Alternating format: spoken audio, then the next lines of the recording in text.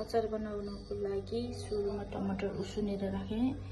हटे खुर्सानी, टिमुर, धनिया, लसुन र चाहिँ मेरो घरको सिलबट्टा।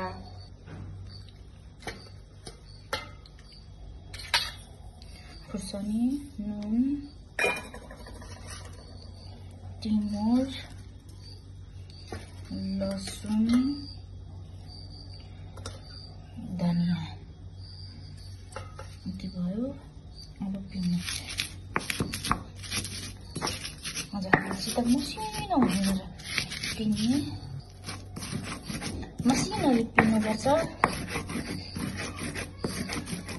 टमाटर राखेर मजासित पिउनुपर्छ। अचार पिनेर रेडी गरेँ। अब प्याज हाल्ने, अनि त्यसपछि यो कागती निचल्ने,